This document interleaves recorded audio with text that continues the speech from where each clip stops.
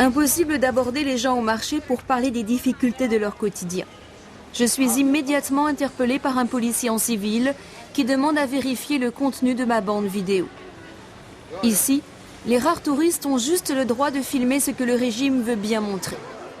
Rien de plus consensuel que de s'intéresser à la grandeur du président Niazov, présent jusque sur les bouteilles de vodka. Sans parler des kiosques à journaux, lecture accélérée du principal quotidien national par un dissident turkmène. Voilà, ça c'est le journal national qui s'appelle le Turkménistan neutre et qui est publié en russe. Regardez la quantité astronomique de photos de Niazov. Première photo, deuxième photo, troisième photo, et là le stade qui porte son nom.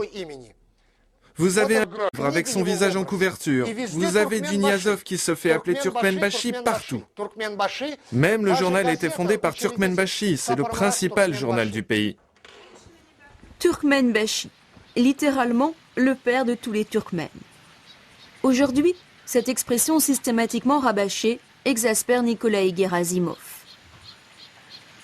C'est pourtant lui qui l'a inventé lorsqu'il était à la tête du service de presse de Niazov.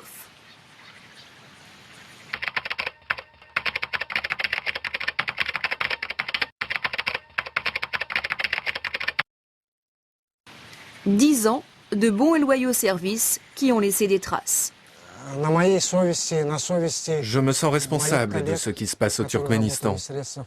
Et je peux dire que ça pèse sur ma conscience.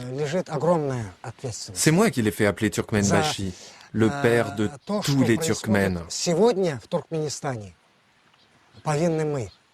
nous, mes collègues et moi, qui avons favorisé l'émergence de cette dictature en fabriquant une auréole de sainteté autour du président Niazov.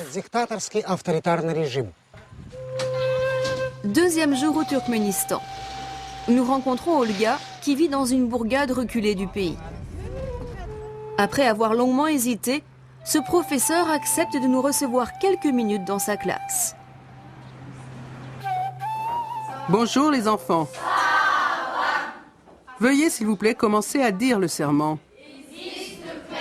5 minutes quotidiennes pour jurer fidélité à Niazov, dont le portrait figure dans chaque classe. Une allégeance qui se termine par ces paroles.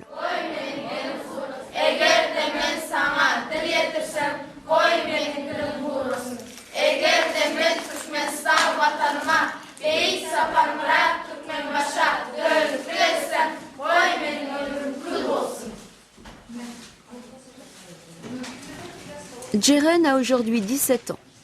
Depuis l'âge de 6 ans, elle a grandi dans le culte de la personnalité du président Niazov.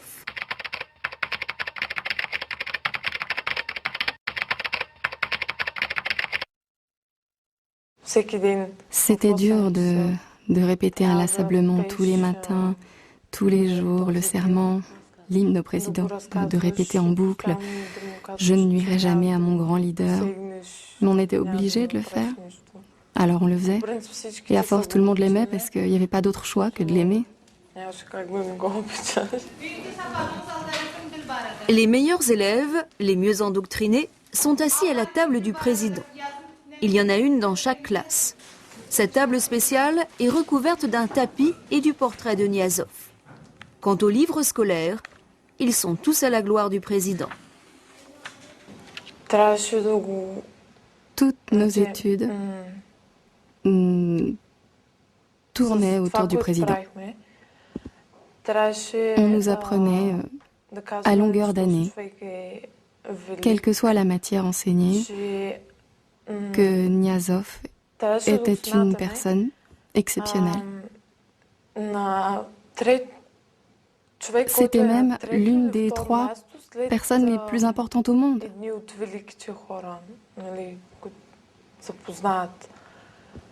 En fait, j'avais le sentiment qu'il faisait partie de ma famille.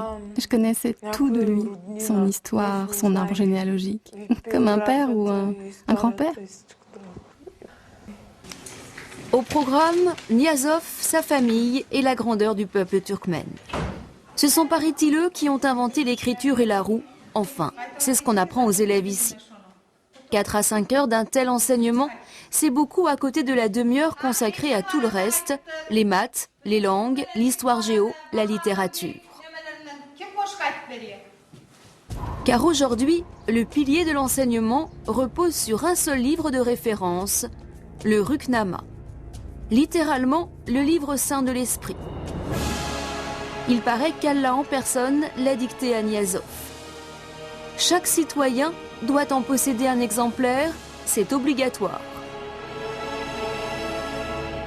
On l'étudie partout, à la télévision, dans les entreprises, dans l'armée,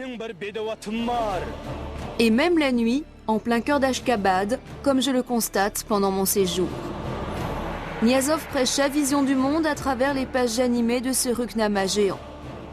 Et pour motiver les sceptiques, Niazov promet le paradis à ceux qui le liront 3 fois. Le Turkménistan serait-il devenu une secte géante entre les mains de son gourou Niazov? Dans sa mégalomanie, rien ne l'arrête. Son profil est incrusté en permanence à droite de l'écran sur les 4 chaînes de télévision nationale. Une idée proposée par des ingénieurs français chargés de moderniser la télévision turkmène il y a 5 ans. Le journal télévisé est diffusé en boucle tout au long de la journée, dans 4 langues différentes, dont le français. Avec ses félicitations à l'occasion de l'élection du chef d'État au poste de président du comité olympique du Turkménistan. Au sommaire, Niazov, ses réalisations, ses constructions, son œuvre, sa pensée, ses anniversaires. Pas une minute sans qu'on parle de lui. Et pour les journalistes qui l'oublieraient, la sanction est immédiate. Niazov a dit un jour à un de ses adjoints « On ne parle que de moi, de moi, de moi. Vous ne devriez pas me montrer autant dans les médias. » Le directeur de la télévision nationale a pris ses paroles au pied de la lettre et a réduit sa présence à l'antenne. Eh bien, 7 jours plus tard, il a été licencié et mis en prison. Voilà. Tout est dit dans cet exemple. Quoi rajouter? Rien. Ah si, dire que les programmes consacrés à Niazov ont été multipliés par 2 après l'incarcération de ce type. Nikolaï faisait partie des collaborateurs zélés. Il y a 3 ans, il propose au président d'écrire sa biographie officielle. L'histoire d'un orphelin au parcours exceptionnel. Fils d'une mère considérée comme une sainte, d'un père, héros de la Seconde Guerre mondiale. Mais en épluchant des archives confidentielles, Nikolaï découvre avec stupeur la vérité. Sa mère était une fille de joie. Son père, un déserteur qui s'est rendu aux Allemands dès le début des combats. J'ai couru à toute vitesse chez Niazov pour l'informer de mes découvertes. Je pensais qu'il allait m'accorder le poste de ministre de l'Information, sans penser une seule seconde que cette histoire allait si mal tourner pour moi. Condamné à 25 ans de réclusion criminelle, il est libéré il y a 2 ans sous la pression internationale. En sortant de prison, il ne pèse plus que 38 kilos et donne l'impression d'avoir 60 ans, alors qu'il en a juste 47. Faire passer les gens de la lumière à l'ombre, Niazov en raffole. Il le fait même en direct à la télévision. Il joue alors le rôle du procureur, du juge et des jurés. Du jamais vu dans aucune dictature. Cette famille a vécu la disgrâce présidentielle et sa parodie de procès.